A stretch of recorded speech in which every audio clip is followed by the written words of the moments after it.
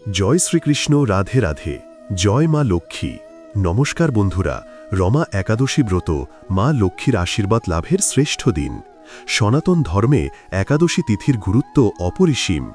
প্রতি মাসে দুটি করে যে ২৪টি একাদশী আসে, তার মধ্যে কার্তিক মাসের কৃষ্ণপক্ষের একাদশীটি রমা একাদশী নামে পরিচিত। এই একাদশী ব্রত পালন করলে মা লক্ষ্মী প্রসন্ন হন এবং জীবনে সুখ সমৃদ্ধি আসে।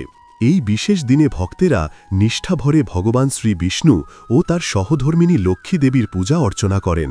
আমরা এই ভিডিওতে যে গুরুত্বপূর্ণ বিষয়গুলি নিয়ে আলোকপাত করব তা হল রমা একাদশীর তিথি ও সময়কাল, ২০২৫ সালের রমা একাদশী কবে পালিত হবে, রমা একাদশীর মাহাত্ম্য কেন, এই একাদশী এত গুরুত্বপূর্ণ এবং এর ফলশ্রুতি কি লাভ হয়, রমা একাদশী ব্রত পালন পদ্ধতি, কিভাবে এই ব্রত যথাযথভাবে পালন করতে হয়, রমা একাদশীর দিনে বর্জনীয় কাজ যা এই দিনে ভুল করেও করা উচিত নয়, রমা একাদশী ব্রত কথা, এই ব্রত পালনের নেপথ্যের পৌরাণিক কাহিনী বিশেষ পরিস্থিতিতে করণীয়, যারা কোনো কারণে ব্রত পালন করতে পারছেন না তাদের জন্য বিধান, রমা একাদশীর দিনে মা লক্ষ্মীর বিশেষ পূজা, কিভাবে লক্ষ্মী দেবীকে পুষ্ট করা যায়, পালনের নিয়ম, ব্রত সমাপ্তির সঠিক পদ্ধতি।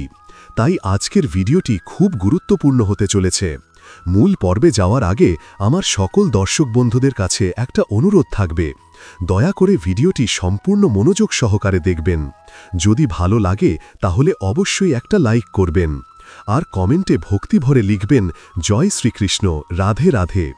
আমাদের চ্যানেলটিকে সাবস্ক্রাইব করে পাশে থাকা বেল বাটনটি অন করে রাখবেন। তো চলুন শুরু করা যাক আজকের আলোচনা। রমা নামটি মা লক্ষ্মীর অন্য একটি নাম। রমা একাদশী ব্রত ভগবান বিষ্ণুর পাশাপাশি দেবী লক্ষ্মীর কৃপা লাভের জন্য অত্যন্ত ফলদায়ক বলে মনে করা হয়। এই ব্রত পালনের মাহাত্ম্য বিভিন্ন পুরাণে বিস্তৃতভাবে বর্ণিত হয়েছে। এই ব্রতকে কামধেনু এবং চিন্তামণির সাথে তুলনা করা হয়েছে, যা সমস্ত প্রকার মনস্কামনা পূর্ণ করতে সক্ষম। প্রধান মাহাত্ম্যগুলি হল, প্রথমত ধনসমৃদ্ধি লাভ। যেহেতু এই একাদশী লক্ষ্মী দেবীর সঙ্গে সম্পর্কিত, তাই নিষ্ঠার সঙ্গে ব্রত পালন করলে ঘরে ধন, ঐশ্বর্য ও সমৃদ্ধি বৃদ্ধি পায়। মা লক্ষ্মীর কৃপায় সমস্ত প্রকার আর্থিক কষ্ট দূর হয়। দ্বিতীয়ত পাপ মোচন ও মুক্তি। পদ্মপুরাণ অনুসারে রমা একাদশী ব্রত পালন করলে ভক্তের সকল প্রকার পাপ নাশ হয়। পূর্বজন্ম বা এই জন্মের সমস্ত পাপ থেকে মুক্তি লাভ করা যায়। এটিকে অত্যন্ত পবিত্র ও মোক্ষদায়ী একাদশী হিসেবে গণ্য করা হয়। তৃতীয়ত বিষ্ণু লোকের স্থান। এই ব্রত পালনের ফলে ভক্তেরা জীবন বৈকুণ্ঠ ধামে স্থান লাভ করেন। এটি ইহকাল ও পরকালের জন্য মঙ্গলজনক বলে বিবেচিত। চতুর্থত সৌভাগ্য বৃদ্ধি। যারা এই ব্রত পালন করেন তাদের জীবনে সৌভাগ্য, শান্তি ও সুখ স্বাচ্ছন্দ্য বজায় থাকে। স্বামী স্ত্রীর মধ্যে সম্পর্ক মজবুত হয় এবং পরিবারের মধ্যে ঐক্য স্থাপিত হয়। এই ব্রতকে কার্তিক মাস এবং দীপাবলির আগে মা লক্ষ্মীকে তুষ্ট করার একটি সুবর্ণ সুযোগ হিসেবে গণ্য করা হয়। রমা একাদশী ব্রত পালন পদ্ধতি। রমা একাদশী ব্রত পালনের জন্য অত্যন্ত নিষ্ঠা ও সরলতার প্রয়োজন। নিয়ম মেনে ব্রত পালন করলে তবেই ব্রতের পূর্ণ ফল লাভ হয়। এই ব্রত মূলত ৩ দিন ধরে পালিত হয়। দশমী মানে পূর্বের দিন, একাদশী ব্রত দিন এবং দ্বাদশী পারণের দিন। প্রথমে দশমীর প্রস্তুতি। একাদশী ব্রতের সূচনা হয় দশমী তিথিতে। এই দিন থেকেই সংযম শুরু করতে হয়। দশমীর দিন কেবল একবার ৭টি আহার গ্রহণ করতে হয়। রাতের বেলা কিছু খাওয়া উচিত নয়। সন্ধেবেলা থেকে ব্রহ্মচর্য পালন শুরু করতে হয়। রাতে মেঝেতে শয়ন করা শাস্ত্রসম্মত। কোনো প্রকার নেশা বা আমিষ খাবার সম্পূর্ণভাবে বর্জন করতে হয়। একাদশীর দিনে ভোরবেলা ঘুম থেকে উঠে স্নান সেরে পবিত্র হতে হয়। সংকল্প গ্রহণ। স্নানের পর পরিষ্কার বস্ত্র পরিধান করে পূজার স্থানে এসে হাত জোড় করে ব্রত পালনের সংকল্প নিতে হয়। এই সংকল্পে বলতে হয়, আমি আজ রমা একাদশী ব্রত পালন করব এবং নিষ্ঠা ভরে সমস্ত নিয়ম মান্য করব। পূজা একটি শুদ্ধ আসনে বসে ভগবান বিষ্ণু, যেমন সাধারণত শালগ্রাম শিলা বা তার কোনো মূর্তি এবং মা লক্ষ্মীর পূজা করতে হয়। ফল, ফুল, তুলসী পাতা বিষ্ণুর জন্য নিবেদন। নৈবেদ্য, জল এবং ফল, ধূপ দ্বীপ দিয়ে আরতি করতে হয়। লক্ষ্মী দেবীর জন্য লাল বা গোলাপি ফুল ব্যবহার করা শুভ।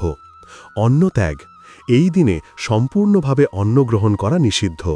যারা নিরাম্বু, জল ছাড়া বা কেবল জল ও বাতাস গ্রহণ করে থাকতে পারেন না, তারা তারা, ফল, দুধ, মিষ্টি বা একাদশীর বিশেষ খাদ্য যেমন শস্যবিহীন সাবু, আলু, বাদাম ইত্যাদি গ্রহণ করতে পারেন। জাগরণ ও মন্ত্র জপ। সারাদিন উপবাস থাকার পাশাপাশি ভগবানের নাম জপ করা এবং তার মহিমা শ্রবণ করা আবশ্যক। ওম নমো ভগবতে বাসুদেবায়। হরে কৃষ্ণ, কৃষ্ণ কৃষ্ণ হরে হরে, হরে রাম, রাম রাম হরে হরে। এই মন্ত্র জপ করলে বিশেষভাবে ফল লাভ হয়। ব্রত কথা পাঠ বা শ্রবণ। সন্ধে বা সুবিধামতো সময়ে রমা একাদশীর ব্রতকথা মনোযোগ সহকারে পাঠ বা শ্রবণ করা উচিত। রাত্রি জাগরণ। সম্ভব হলে রাতে ভগবানের সামনে প্রদীপ জ্বালিয়ে ভজন কীর্তন বা নাম জপ করে রাত্রি জাগরণ করা উচিত। পারণের দিন ও পারণ। একাদশী ব্রতের সমাপ্তি হয় পারণের মাধ্যমে। সঠিক সময় পালন করা অত্যন্ত গুরুত্বপূর্ণ, নইচে ব্রত ভঙ্গ হয়। সঠিক সময় পালন।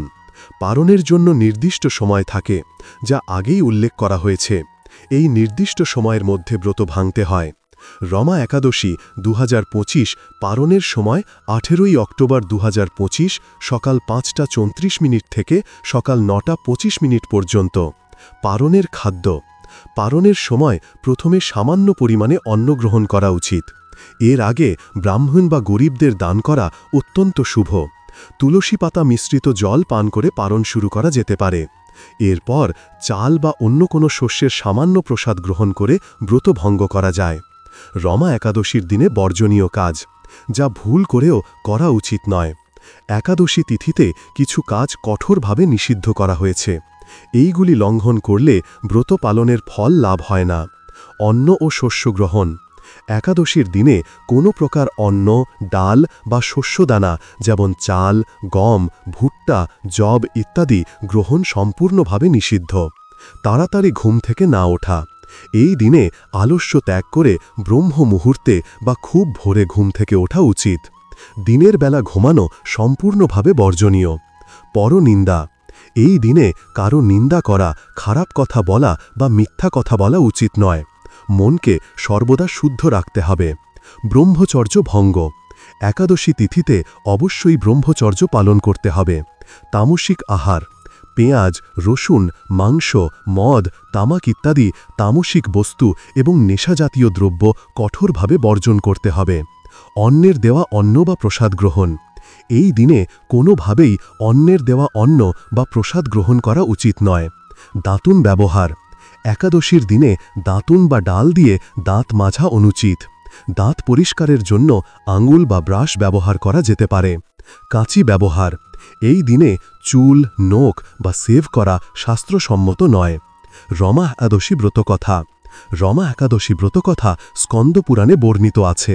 এই ব্রতকথা শ্রবণের মাধ্যমে ব্রত পালনের পূর্ণ ফল লাভ হয়। পৌরাণিক যুগে মুচুকুন্দ নামক এক প্রতাপশালী রাজা ছিলেন। তিনি ছিলেন অত্যন্ত ধার্মিক ও সত্যবাদী। রাজার কন্যা ছিলেন চন্দ্রভাগা, যিনি ছিলেন রূপে গুণে অতুলনীয়া। চন্দ্রভাগার বিবাহ হয় চন্দ্রসেনের পুত্র শোভার সাথে। রাজা মুচুকুন্দ একাদশী ব্রতকে অত্যন্ত গুরুত্ব দিতেন এবং তার রাজ্যে কঠোরভাবেই এই ব্রত পালন করা হতো। তার রাজ্যে কোনো প্রাণী বা মানুষ একাদশীর দিন খাদ্য গ্রহণ করতে পারত না। একবার চন্দ্রভাগার স্বামী শোভান মুচুকুন্দ রাজার রাজপ্রাসাদে আসেন। ঠিক সেই সময়তেই রমা একাদশী তিথি উপস্থিত হয়। রাজা মুচুকুন্দ শোভানকে জানান যে তার রাজ্যে একাদশী ব্রত পালন অত্যন্ত কঠোর এবং কেউ যদি একাদশীর দিন খাদ্য গ্রহণ করে তাহলে তাকে রাজ্য ত্যাগ করতে হয় অথবা শাস্তির সম্মুখীন হতে হয়। শোভান ছিলেন শারীরিক দিক দিয়ে দুর্বল। কঠোর উপবাস তার পক্ষে সম্ভব ছিল না। চন্দ্রভাগা স্বামীকে বোঝান যে এই ব্রত অত্যন্ত কঠিন, কিন্তু উপায় নেই। স্বামীর জীবন বিপন্ন হতে পারে ভেবে চন্দ্রভাগা অত্যন্ত উদ্বিগ্ন হয়ে পড়েন। শোভান তার স্ত্রীকে বলেন, যদি এই ব্রত এতই কঠিন হয় যে এতে মৃত্যুও হতে পারে, তবে আমি ব্রত পালনের চেষ্টা করব, কিন্তু যদি আমার মৃত্যু হয় তাহলে তুমি তা সহ্য করে নিও।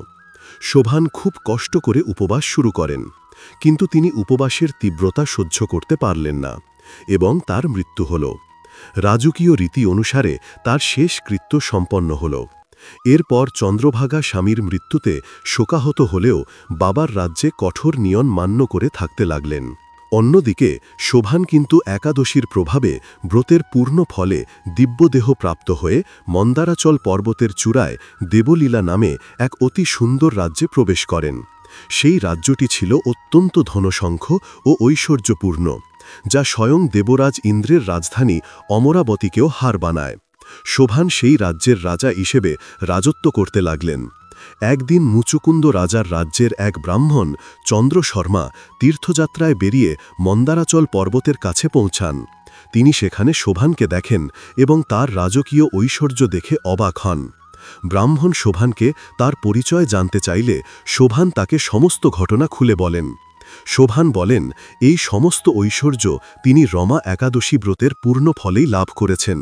যদিও তিনি উপবাসের কারণে মারা গিয়েছিলেন, তিনি ব্রাহ্মণকে অনুরোধ করেন যেন চন্দ্রভাগাকে তার এই সৌভাগ্য সম্পর্কে জানানো হয়। ব্রাহ্মণ চন্দ্র শর্মা রাজার রাজ্যে ফিরে এসে চন্দ্রভাগাকে তার স্বামীর নতুন রাজ্যের কথা জানান। চন্দ্রভাগা আনন্দিত হয়ে ব্রাহ্মণের সঙ্গে তার স্বামীর নতুন রাজ্যে যাওয়ার সিদ্ধান্ত নেন। চন্দ্রভাগা তখন কঠোর রমা একাদশী ব্রত পালন করে নিজের পূর্ণ ফল অর্পণ করে তার দিব্য দেহ লাভ করেন এবং স্বামীর কাছে যান। স্বামীর রাজ্যে গিয়ে চন্দ্রভাগা সেখানে সম্রাজ্ঞী হিসেবে জীবন অতিবাহিত করতে থাকেন। তারা সেখানে সুখে শান্তিতে বসবাস করতে লাগলেন। এই ব্রতকথা প্রমাণ করে যে রমা একাদশী ব্রত পালনের ফলস্বরূপ ইহকাল ও পরকাল উভয়ই সুখময় হয়। যারা কোনো কারণে রমা একাদশী পালন করতে পারছেন না, তাদের ক্ষেত্রে করণীয়।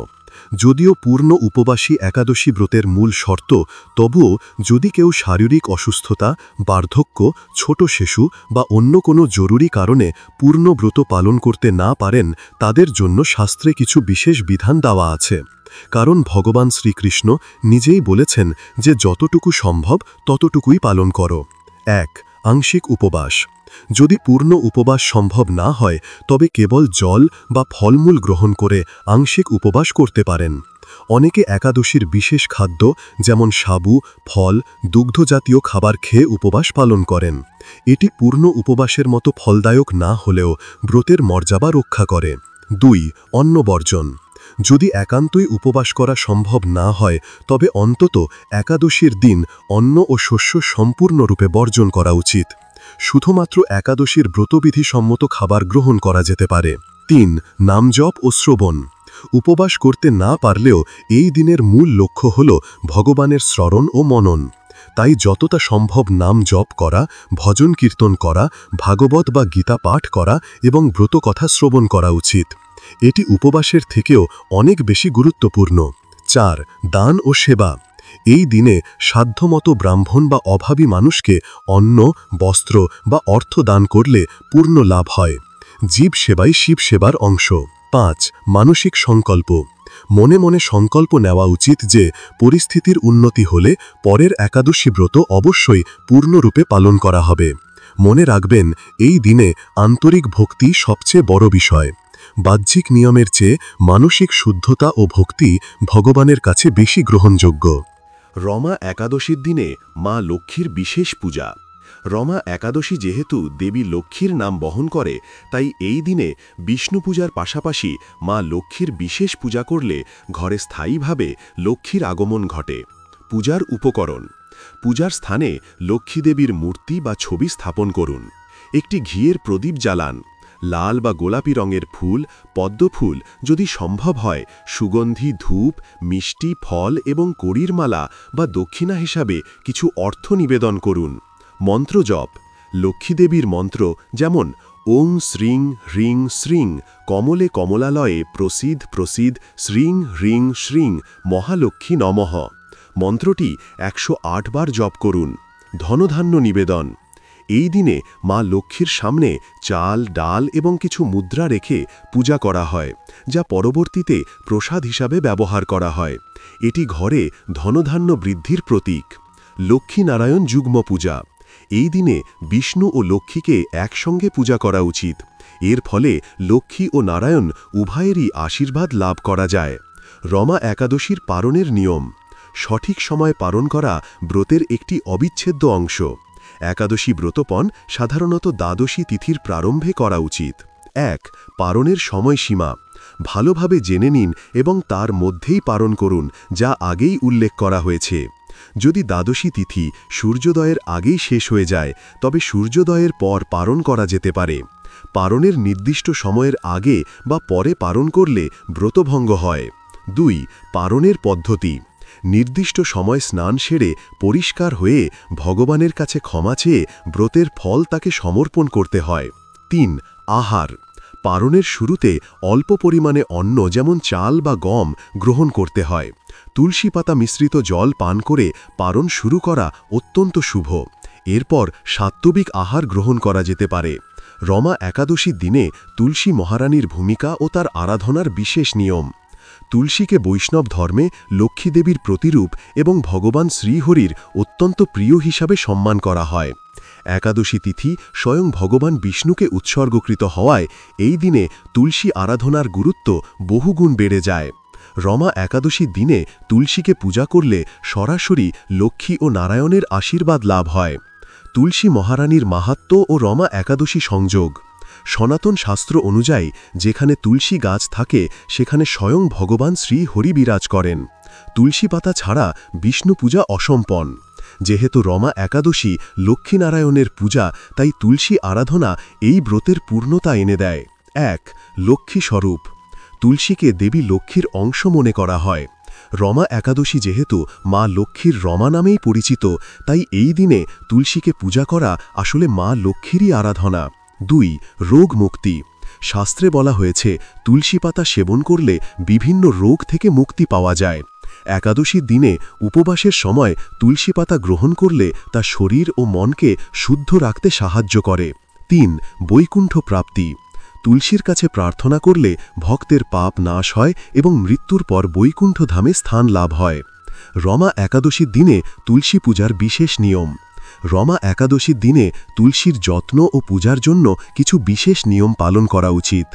তুলসী স্পর্শ ও পত্র আহরণের নিয়ম তুলসী স্পর্শে নিষেধাজ্ঞা প্রচলিত বিশ্বাস অনুযায়ী একাদশী তিথিতে তুলসী পাতা ছেঁড়া বা তোলা সম্পূর্ণরূপে নিষিদ্ধ, কারণ একাদশী দিন তুলসী দেবীও ভগবানের জন্য উপবাস করেন এবং বিশ্রাম নেন। এই দিনে তাকে স্পর্শ করা অনুচিত। পূর্বের দিন সংগ্রহ যদি একাদশীর পূজার জন্য তুলসী পাতার প্রয়োজন হয়, তাহলে দশমী তিথির অর্থাৎ একাদশীর আগের দিন সন্ধ্যার আগেই প্রয়োজনীয় পাতা সংগ্রহ করে রাখতে হবে।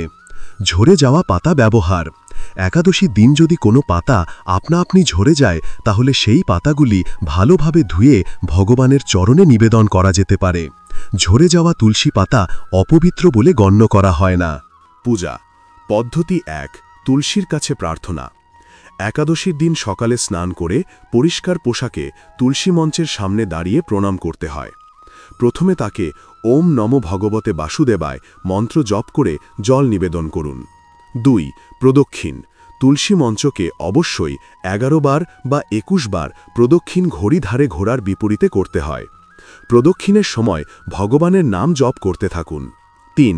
সন্ধ্যা প্রদীপ সন্ধ্যায় তুলসী মঞ্চের সামনে অবশ্যই একটি ঘিয়ের বা তেলের প্রদীপ জ্বালান। এই প্রদীপের আলো দেবী লক্ষ্মীর আগমনকে সূচিত করে এবং বাড়িতে সুখ সমৃদ্ধি বজায় রাখে। প্রদীপ জ্বালানোর সময় তুলসী দেবী ক্ষীর সাগরে জন্মগ্রহণ করেছিলেন। তিনি ভগবান বিষ্ণুর হৃদয় হরণ করেছেন। সেই তুলসী দেবীকে আমার প্রণাম এই ভাব নিয়ে প্রার্থনা করা উচিত। 4. তুলসী আরতি সম্ভব হলে সন্ধ্যায় তুলসী আরতি করা উচিত। আরতির সময় শঙ্খ ও ঘণ্টা বাজানো শুভ। রমা একাদশী ব্রত হল পুণ্য সঞ্চয়, পাপ নাশ এবং জীবনের ধন সম্পদ ও শান্তির আগমন নিশ্চিত করা এক শ্রেষ্ঠ উপায়। এই দিনে নিষ্ঠা ভক্তির সঙ্গে ভগবান বিষ্ণু ও দেবী লক্ষ্মীর আরাধনা করলে ভক্তের সকল প্রকার মনোবাঞ্ছনা পূর্ণ হয়। আসুন আমরা সকলে আন্তরিকভাবে এই ব্রত পালন করে মা লক্ষ্মী ও নারায়ণের কৃপা লাভ করি। ওম নমো ভগবতে বাসুদেবায়। প্রিয় বন্ধুরা, ভিডিওটি দেখে যদি ভালো লেগে থাকে এবং উপকৃত হয়ে থাকেন, তাহলে অবশ্যই একটি লাইক করবেন। এতে আমরা নতুন ভিডিও বানানোর জন্য অনুপ্রেরণা পাই। আর কমেন্টে শ্রদ্ধা ও ভক্তি ভরে একবার অবশ্যই লিখবেন জয় শ্রীকৃষ্ণ, রাধে রাধে, জয় মা লক্ষ্মী। এরকম তথ্যমূলক ভিডিও নিয়মিত পেতে আমাদের চ্যানেলটিকে সাবস্ক্রাইব করে পাশে থাকা বেল বাটনটি অন করে রাখবেন, যাতে এই রকম তথ্যমূলক গুরুত্বপূর্ণ ভিডিও আপনারা নিয়মিত দেখতে পারেন। সকলে ভালো থাকবেন, সুস্থ থাকবেন। আপনার ওপর ঈশ্বরের কৃপা সদা বর্ষিত হোক। জয় শ্রীকৃষ্ণ। রাধে রাধে। জয় মা লক্ষ্মী।